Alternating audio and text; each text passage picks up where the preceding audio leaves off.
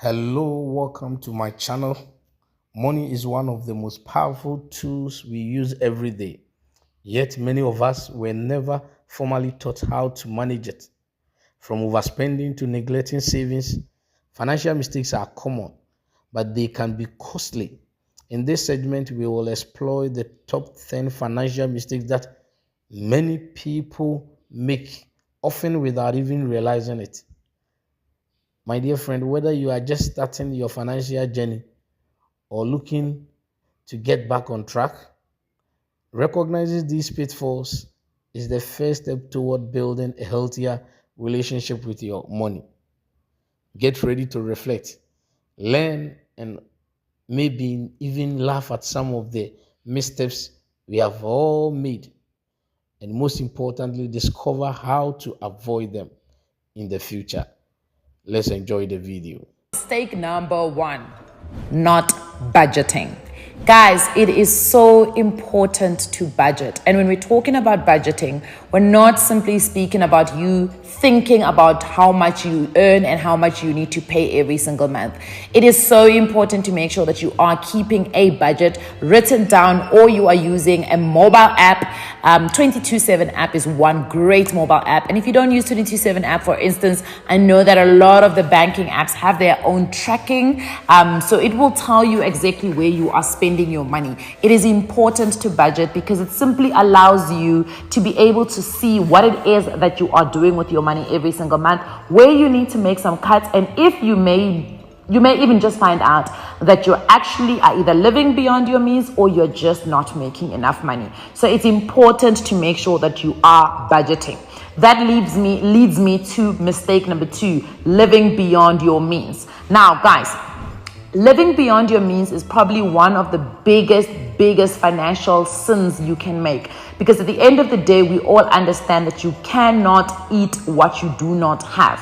You cannot eat all that you have, and you need to make sure that you are keeping some of what you are making every single month in a savings or an investment portfolio. So very important, please make sure that you are not living beyond your means. That again leads me to the third biggest mistake that I see a lot of young people making, and that is impulsive buying. And if you actually look at the relationship between budgeting and living beyond your means, you will realize what causes people to impulsive buy. You're walking in a mall and you spot your favorite sneaker. Let's say maybe it's 6 days after you got your income, your salary, or however you make your money. You are in the shop and you're thinking, it's just 1,200.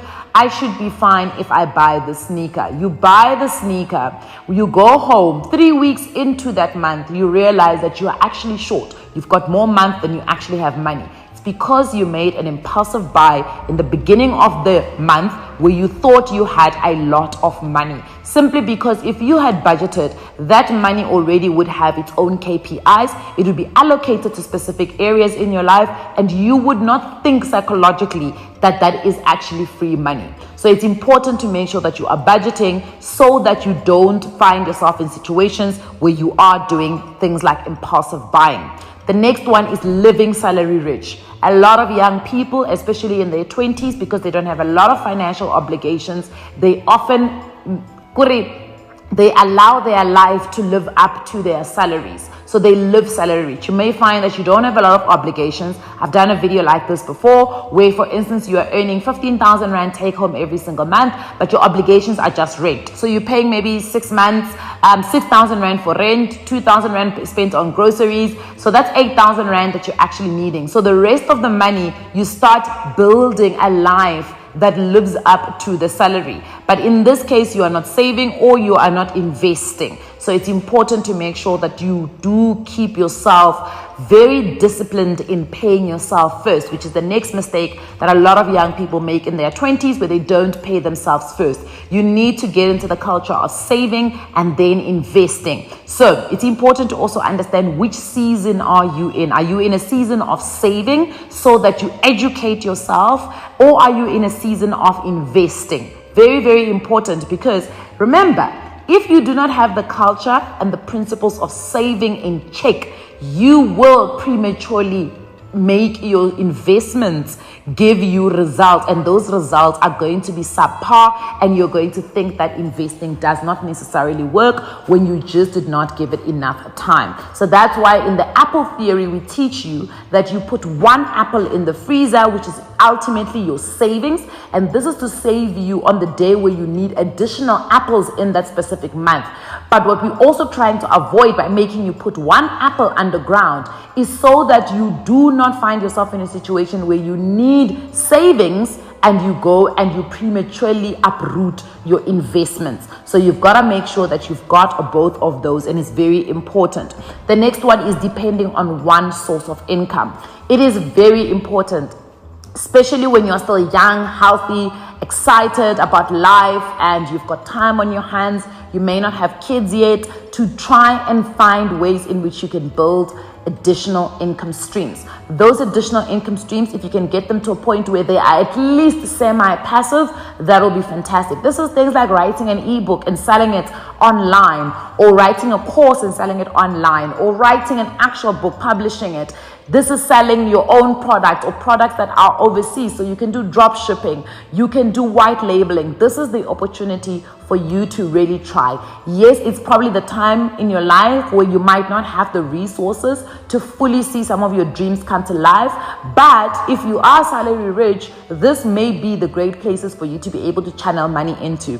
This again, especially in your 20s where you can still take high risks, this may be an opportunity to do things like day trading, whether you're trading the stock market or you're trading forex. This could be an opportunity to trade cryptocurrencies. This is the opportunity to really take advantage of the younger years that you've got and take those risks and take those chances and see what it could yield. You don't want to start doing this in your 30s where you're supposed to be in your building space. Remember, your 20s are your accumulation phase. This is where you're accumulating as much wealth as you possibly can.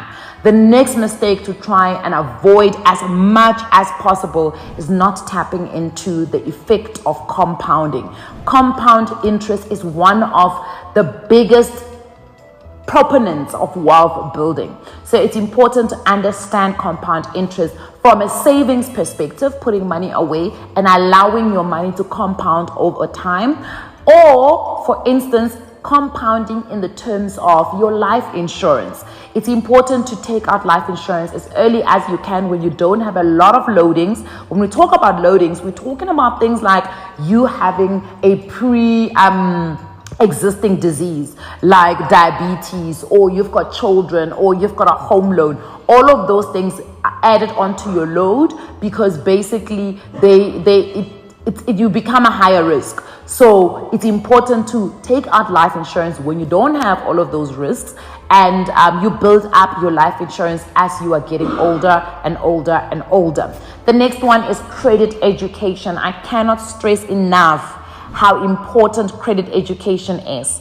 A lot of young people get themselves into trouble in their early 20s by taking out credit loans, or they take out credit cards, they take out overdrafts, they take out, they just have credit facilities. Yes, remember, building your credit score does require you to have some sort of credit history, but it's important to have the credit education to ensure that you are taking out the right types of credit lines, using them perfectly or as perfect as you can get. So things like credit utilization, you may not realize that it's important to keep your credit utilization under 50% when you are in your 20s, but it messes up with what you are able to do when you get into your 30s, 40s, 50s, 60s, and above and beyond. The next one, messing up your credit score. It's so easy to mess up your credit score when you are in your 20s, because in your 20s, a lot of us think like we are invincible. We think, oh my goodness, whatever. I mean, I was in my, I guess I was not in my 20s, but I was still younger than my 20s when I messed up my credit score by, buying a laptop that I stopped paying for when it got lost. And then I took out a gym membership and I just stopped paying the gym membership. I took out clothing, the store card, and then I just stopped paying. So you can mess up your credit record if you don't understand what the building blocks are for your credit score. And if you don't understand the importance of having a very good credit score going into your late 20s and your early 30s, because that's generally when a lot of people are looking into buying cars, a lot of people are looking to buy homes. So it's very important to make sure that you're taking care of that credit score. Right, the next one is not paying yourself first. And I know I had already started touching on it, but paying yourself first is probably the foundation of building wealth and really doing proper money management. Remember, we always say it's not about how much you make, it's about how much you keep. Now, the keeping part of it is the paying yourself first. So it's making sure that you've got a savings account. It's making sure that you've got an investment portfolio that you are starting. You don't have to start big when you are still in your 20s, because you have the luxury and the privilege and the magical component of time. So if you are in your early 20s and you start investing, I promise you compound interest is going to work in your favor. And there you have it, the top 10 financial mistakes that can quietly drain your progress and delay your goals. The good news: every mistake is a lesson, and every lesson is a chance to grow. Whether you have made one or all of these errors, what matters most is what you do next. Financial freedom isn't about being perfect, it is about being intentional. So take these insights, reflect on your own habits, and start making smarter money moves today. Remember, as Nicolette Mashile says, you don't need more money, you need better money habits. Until next time, stay informed, stay empowered, and stay financially savvy. Bye for now.